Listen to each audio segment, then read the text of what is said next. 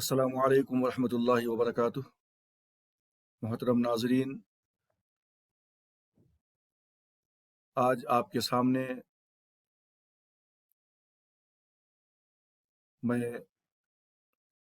اپنے عزیزوں، رشتہ داروں، چھوٹے بچوں اور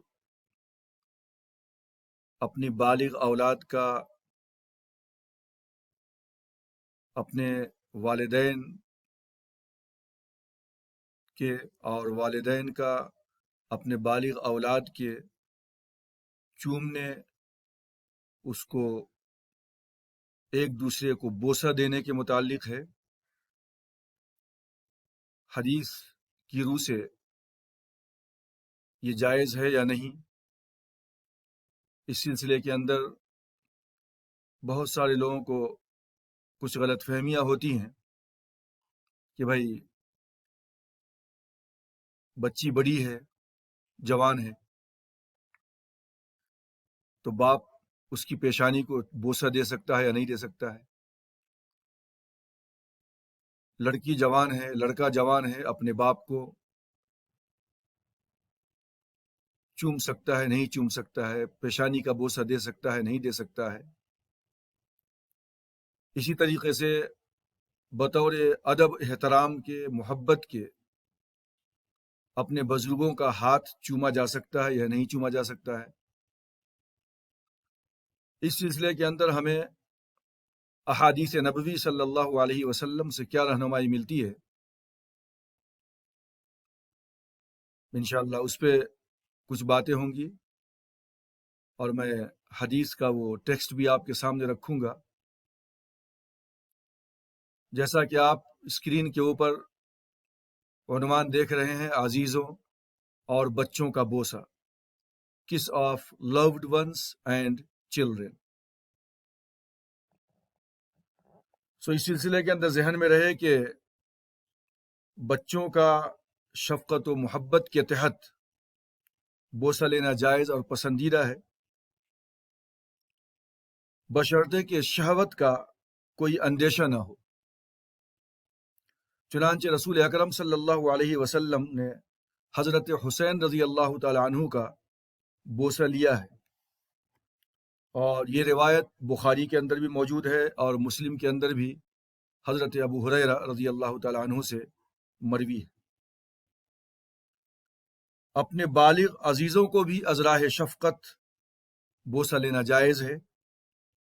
چنانچہ حضرت شعبی فرماتے ہیں کہ آپ صلی اللہ علیہ وسلم نے حضرت جعفر بن علی سے ملے، ان کو گلے لگایا اور ان کی آنکھوں کے درمیان بوسہ دیا۔ یہ حدیث بھی ابو داؤد کے اندر موجود ہے۔ ایک اور تیسرا واقعہ کہ حضرت زید بن حارثہ رضی اللہ تعالیٰ عنہ، جو آپ صلی اللہ علیہ وسلم کے پروردہ تھے، جب مدینہ منورہ آئے تو یہاں پہنچ کر آپ صلی اللہ علیہ وسلم کا دروازہ کھٹکھٹایا۔ آپ صلی اللہ علیہ وسلم نے زید بن حارثہ سے معانقہ کیا اور پیشانی کو بوسہ دیا۔ یہ حدیث ترمذی کے اندر موجود ہے۔ اسی طرح ایک باپ اپنی بالغ بڑی لڑکی کو چوم سکتا ہے یا نہیں چوم سکتا ہے؟ تو ہاں، جیسا کہ اوپر کہا گیا کہ اگر شہوت کا کوئی غلبہ نہ ہو، کوئی شائبہ اور اندیشہ نہ ہو، تو پھر یہ جائز ہے کہ ایک باپ اپنی بیٹی کے پیشانی کو بوسہ دے اور چوم لے۔ حضرت عائشہ رضی اللہ تعالی عنہ کا بخار میں ایک بار حضرت ابو بکر صدیق رضی اللہ تعالی عنہ نے بوسہ لیا، یعنی آپ کی پیشانی کو چوما، اور یہ روایت بھی ابو داؤد کے اندر موجود ہے۔ اسی طرح اپنی بالغ اولاد کو چومنے کے متعلق جناب محمد رسول اللہ صلی اللہ علیہ وسلم کا حضرت فاطمہ رضی اللہ تعالی عنہا کو بوسہ دینا اور حضرت فاطمہ کا نبی آخر الزماں کی پیشانی کا بوسہ لینا، یہ بھی حدیث سے ثابت ہے۔ اپنی اولاد کا جو بالغ ہو چکی ہو اور اولاد اپنے والدین کا اگر شہوت کے ادنا جذبات کے بغیر پیشانی کا بوسہ لے تو یہ بھی جائز ہے۔ چنانچہ حضور اکرم صلی اللہ علیہ وسلم نے حضرت فاطمہ کی پیشانی پر اور حضرت فاطمہ رضی اللہ تعالیٰ عنہ نے حضور صلی اللہ علیہ وسلم کی پیشانی پر بوسہ دیا کرتی تھیں، اور یہ روایت بھی ابو داؤد کے اندر حضرت عائشہ صدیقہ رضی اللہ تعالیٰ عنہ سے مروی ہے۔ اب رہی بات کہ ازراہ شفقت و محبت اور احترام اور بطور عزت کے اپنے بزرگوں کا ہاتھ چوما جا سکتا ہے یا نہیں، تو اس سلسلے کے اندر روایت یہ بتاتی ہے کہ بطور شفقت، بطور عظمت اور محبت کے اپنے بزرگوں کا، علماء کا، اساتذہ کا ہاتھ چوما جا سکتا ہے۔ حضرت زارع جو وفد عبد القیس کے اندر شامل تھے، کہتے ہیں کہ جب ہم مدینہ آئے تو جلدی جلدی اپنی اپنی سواریوں سے اترے اور حضور اکرم صلی اللہ علیہ وسلم کے ہاتھوں کو بوسہ دیا، اور یہ روایت اس بات کے اوپر شاہد ہے کہ اپنے بزرگوں کا، اپنے بڑوں کا جو ہے ہاتھ چوما جا سکتا ہے، اور یہ تمام کی تمام احادیث کو حضرت الاستاذ مولانا خالد سیف اللہ رحمانی صاحب نے اپنی کتاب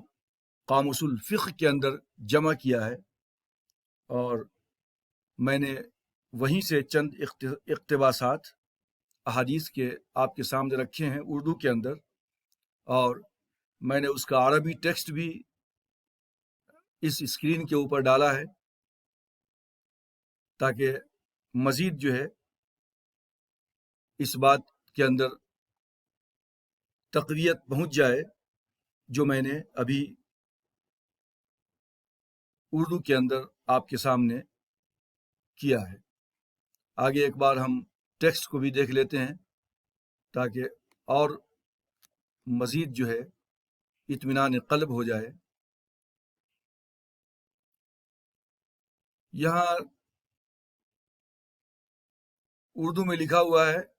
بزرگوں کے ادب و احترام کی بے شمار صورتیں کتاب و سنت نے بیان کی ہیں، انہی میں سے ایک صورت یہ ہے کہ انسان ادباً و احتراماً اپنے والدین، بڑے بھائی، بہن، چچا، ماموں، عادل حکمراں، عابد و زاہد، علماء کرام اور اساتذہ کے سر و پیشانی اور ہاتھ کا بوسہ دے سکتا ہے، جیسا کہ ام المؤمنین عائشہ صدیقہ رضی اللہ تعالیٰ عنہ فرماتی ہیں کہ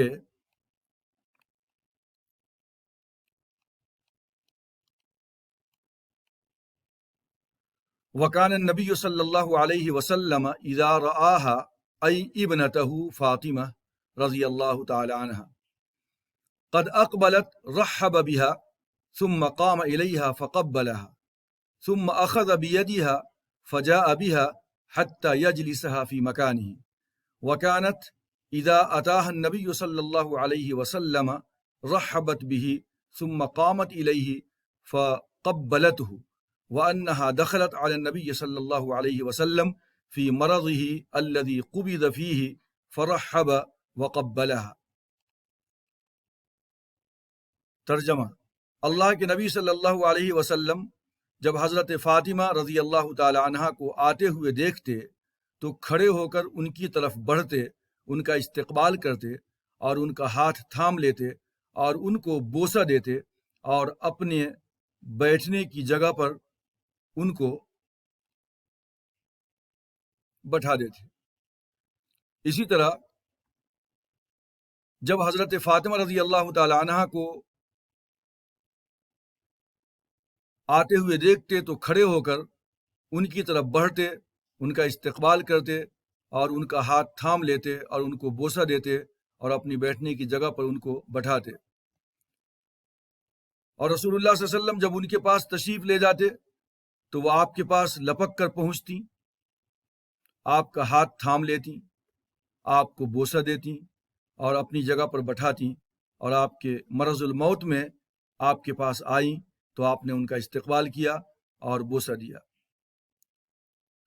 حوالہ یہاں پہ بخاری کا ہے، حدیث نمبر 947 ہے۔ تو اس حدیث کے اندر یہ دونوں باتیں آ گئیں کہ جب اللہ کے رسول صلی اللہ علیہ وسلم کے پاس حضرت فاطمہ رضی اللہ تعالیٰ عنہ آتی تو آپ صلی اللہ علیہ وسلم کھڑے ہو جاتے، ان کا استقبال کرتے، ان کے ہاتھ کو پکڑتے، اپنی جگہ پہ بٹھاتے، اور پھر جو ہے آپ حضرت فاطمہ رضی اللہ تعالیٰ عنہ کی پیشانی کا بوسہ لیا کرتے تھے۔ اسی طرح آپ صلی اللہ علیہ وسلم بھی جب حضرت فاطمہ کو دیکھتے تو اسی طرح استقبال کرتے، چومتے، اور پھر حضرت فاطمہ رضی اللہ تعالیٰ عنہ کے پاس اگر نبی اکرم صلی اللہ علیہ وسلم تشریف لے جاتے تو حضرت فاطمہ بھی اٹھ کھڑی ہوتی، آپ صلی اللہ علیہ وسلم کا استقبال کرتی اور پھر آپ کی پیشانی کو بوسہ دے دیا کرتی تھی۔ تو یہ حوالہ جات یہاں پہ موجود ہیں۔ اس کے بعد اور ایک جو روایت ہے وہ یہ ہے کہ لما قدیم جعفر من ہجرت الحبشہ تلقاہ النبی صلی اللہ علیہ وسلم فعانقہ وقبل ما بین عینیہ۔ یہاں بھی دیکھیے کہ جب حضرت جعفر رضی اللہ تعالیٰ عنہ حبشہ کی ہجرت سے لوٹے اور نبی کریم صلی اللہ علیہ وسلم سے ملاقات ہوئی، آپ صلی اللہ علیہ وسلم نے انہیں چمٹا لیا، معانقہ کیا اور ان کے دونوں آنکھوں کے درمیان بوسہ دیا۔ تو اس سے بھی ثابت ہوتا ہے کہ معانقہ کے ساتھ جو ہے یعنی مصافحہ ہے، معانقہ ہے، اور اس کے بعد اللہ کے رسول نے جو ہے پیشانی کے درمیان پیشانی کے اوپر بوسہ بھی دیا ہے۔ اسی طرح ایک روایت آتی ہے اللہ کے رسول صلی اللہ علیہ وسلم کے صاحبزادے حضرت ابراہیم کے متعلق کہ اللہ کے رسول نے فقبلہ وشمہ، کہ اللہ کے رسول صلی اللہ علیہ وسلم نے اپنے بیٹے حضرت ابراہیم رضی اللہ عنہ کو گود میں لے کر بوسہ دیا اور سونگھا۔ تو اس سے پتہ چلتا ہے کہ بچے کو چوما جا سکتا ہے۔ ایسے ہی ام المومنین حضرت عائشہ صدیقہ رضی اللہ تعالیٰ عنہ فرماتی ہیں